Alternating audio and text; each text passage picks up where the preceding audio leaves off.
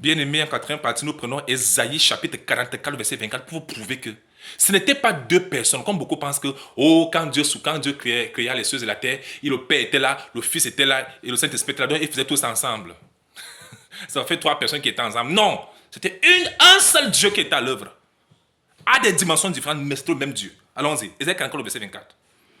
Ainsi parle l'Éternel, ton Rédempteur, celui qui t'a formé dès ta naissance. Moi, l'Éternel, j'ai fait toutes choses.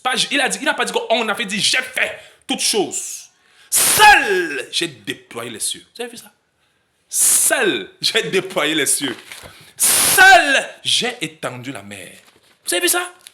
Dieu n'était pas avec quelqu'un. Il n'y a pas trois créateurs. C'est un seul créateur. C'est Dieu.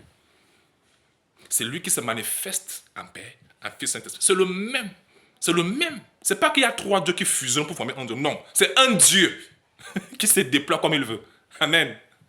Lisons un peu ce verset-là dans ce Ésaïe 44 au verset 24, il est écrit.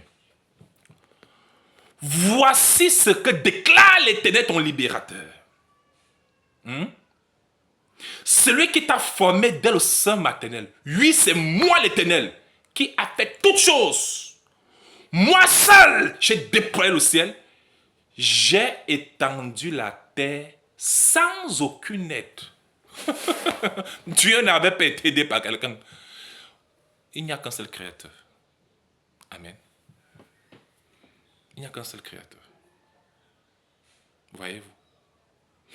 Et il faut comprendre clairement que Dieu lui-même confirme ici, qu'on a lu dans Hébreux chapitre 1, que le Fils a tout fait. Ça veut dire que c'est toujours lui-même. C'est toujours lui-même. Vous comprenez? Bien aimé, si quelqu'un pouvait... Il y a même les gens comme ça.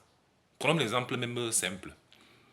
Est-ce que vous savez qu'un sorcier peut être... Son corps est ici, au Cameroun, mais son âme est en France, son esprit est en France, il parle même là-bas. Les gens le voient même là-bas, pourtant il est ici. Au dédoublement, les gens le font. Oui, bien sûr. Ah oui, quelqu'un peut être ici, en même temps il est en France, il est plutôt aux États-Unis. Ah oui, c'est ça. Les gens le font. Mais Dieu lui ne peut pas le faire. Bien aimé, Dieu n'a pas fait cela pour nous démontrer à quel point il est puissant. Il est venu pour un objectif, c'est pour sauver l'humanité. Et pour mourir pour les hommes, parce que c'est du péché, c'est la mort, il fallait qu'il prenne la condition humaine pour mourir, pour subir même sa propre sentence pour nous. Seulement pour ceux qui croient. Ceux qui croient, c'est bon pour eux. Ceux qui ne croient pas, ils vont porter eux-mêmes leur propre châtiment. Jésus-Christ a porté le châtiment. Dieu a pris le corps d'homme. Il a porté toutes les malédictions et les châtiments qu'il avait prononcés sur l'homme. Il a porté cela sur lui. Il a détruit cela à la croix. Car le salaire du péché, c'est la mort. Et le péché et la mort, Jésus-Christ a tout porté. Maintenant, ceux qui croient sont libérés. Ceux qui ne croient pas, eux-mêmes vont porter cela et aller en enfer. Mais sauf qu'ils ne vont jamais ressusciter. Je me demande, mes frères et sœurs, pourquoi cherchez-vous d'autres religions? Jésus-Christ n'est pas, les affaires de Christ n'est pas une religion. C'est une relation personnelle avec Dieu. C'est Dieu dans un corps d'homme. Suivant la parole de Dieu, c'est simple. Amen. Quand nous disons que nous sommes fils de Dieu, est-ce que ça veut dire que Dieu nous a couchés? Non. Fils de Dieu veut dire que Dieu vit en nous. Dieu dans un corps d'homme. C'est de ça qu'il s'agit. Amen. Et nous fonctionnons selon sa parole. Vous comprenez? Et son corps devient son temple. Ah oui. Donc, il ne devrait pas avoir de polémique sur Jésus. Jésus est bel et bien Dieu.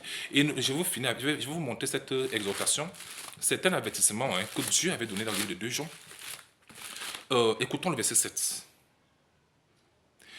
Car plusieurs séducteurs sont entrés dans le monde qui ne confessent point que Jésus-Christ est venu en chair. Vous avez vu? Donc, Jésus n'est pas chair, mais il est venu en chair. C'est-à-dire que l'Esprit est Dieu, mais il est venu en chair. Pour sauver l'humanité.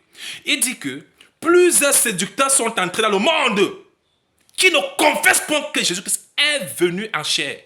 Celui qui est tel, c'est le séducteur et l'antéchrist. Tous ceux qui ne croient pas que Jésus-Christ est Dieu manifesté en chair. Celui-là qui est venu en chair.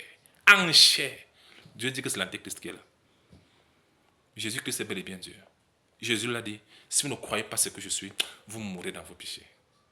Jésus-Christ est fils de Dieu. Il est Dieu. Il est tout. La Bible dit dans Colossiens chapitre 3, verset 11 que Christ est tout. Tout, hein? Allez lire Colossiens 3, 11. Christ est tout. et en tous. Amen. God bless you.